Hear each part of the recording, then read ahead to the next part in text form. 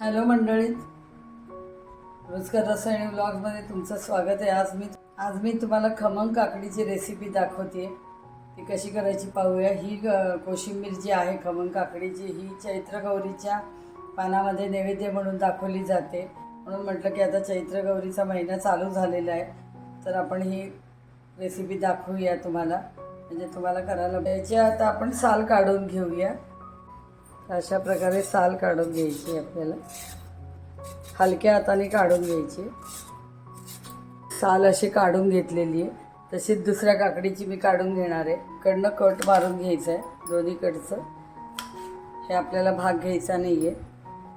आणि आता आपली काकडीचं कसं आपण कोशिंबिरीला बारीक करायची ती तुम्हाला दाखवते मी।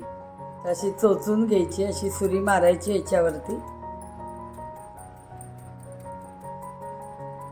हे बघा। आणि अशा पद्धतीने आपल्याला हातावर अशी घेऊन, हे बघा, अशा पद्धतीने आपल्याला चोचून अशी चिरून घ्यायची। किसून वगैरे घेतली तर पाणी खूप सुटेल, त्यामुळे काकडी अशी किसून घ्यायची नाही। ह्या पद्धतीने मी तुम्हाला दाखवते की सुरी अशी मारायची सगळीकडनं, आणि मग असं आपल्याला सुरी फिरवून घ्यायची, अशी काकडी आडवी करून। जर तुम्हाला डायरेक्ट भांड्यात असं करता येत नसेल तर अशा पद्धतीने आपण आधी सुरीने मारून घ्यायचं आणि असंही चिरू शकता तुम्ही, हे बघ। आणि मग पुन्हा असं करायचं प्लेटवर ठेवून, हे सोपं जातं। प्रॅक्टिसवर आहे ह्या गोष्टी।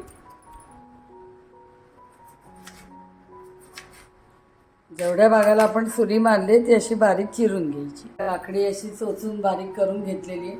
तुम्ही चॉपरमधनं पण तुम्हाला जेवढी बारीक हवी तेवढी तुम्ही करून घेऊ शकता। ही एक मिरची मी बारीक तुकडे केलेले आहेत, एकदम बारीक, तर ते आपण आता ह्याच्यात घालायचे। मिरचीचे बारीक तुकडे घातले। आता आपण दाण्याचा कूट घालायचा आहे। 3 चमचे दाण्याचा कूट घालते मी। थोडी कोथिंबीर घालून घेऊया। कोथिंबीर बऱ्यापैकी घालायची याच्यामध्ये। आता ह्याला आपल्याला जिऱ्याची फोडणी घालायची। छोटा चमचा मी मीठ घालते आणि 5 चमचा साखर घालते,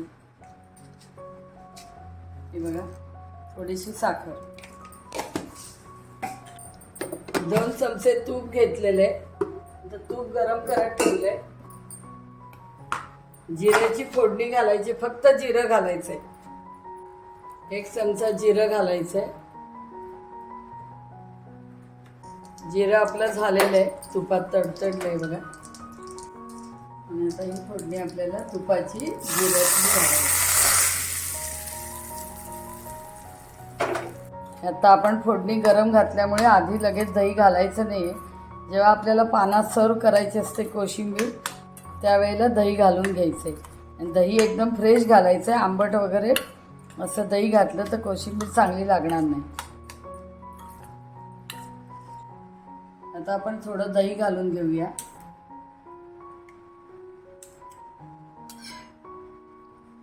चार चमचे फ्रेश दही घालते मी।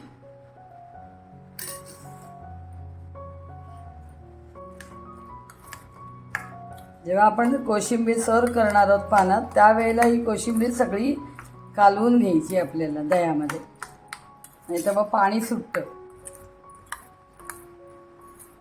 अशा प्रकारे तुम्हाला ही मी खमंग काकडी करून दाखवलेली आहे। आता मी ही सर्विंग प्लेटमध्ये काढते। अशा प्रकारे तुम्हाला मी खमंग काकडीची कोशिंबीर करून दाखवलेली आहे। तर ती आता अन्नपूर्णेचं चैत्र गौरीचं जे व्रत चालू असतं लोकांचं, त्या नैवेद्यासाठी तर तुम्ही जरूर ही रेसिपी करून बघा। आणि अतिशय चवदार, टेस्टी एकदम लागते। लहानापासून मोठ्यांपर्यंत ही आवडणारी गोष्ट आहे। आणि आता उन्हाळा पण चालू झालेला आहे, त्यामुळे काकडी ही अतिशय थंडदायक असल्यामुळे आरोग्यासाठी अतिशय चांगली। वेगवेगळ्या प्रकारे काकडी आपल्या जेवणामध्ये असायला पाहिजे, म्हणून मी तुम्हाला ही रेसिपी करून दाखवलेली। तर तुम्ही ती करून पहा आणि माझ्या रेसिपीला लाईक, शेअर, सबस्क्राईब करा आणि कॉमेंट्स करा। थँक्यू।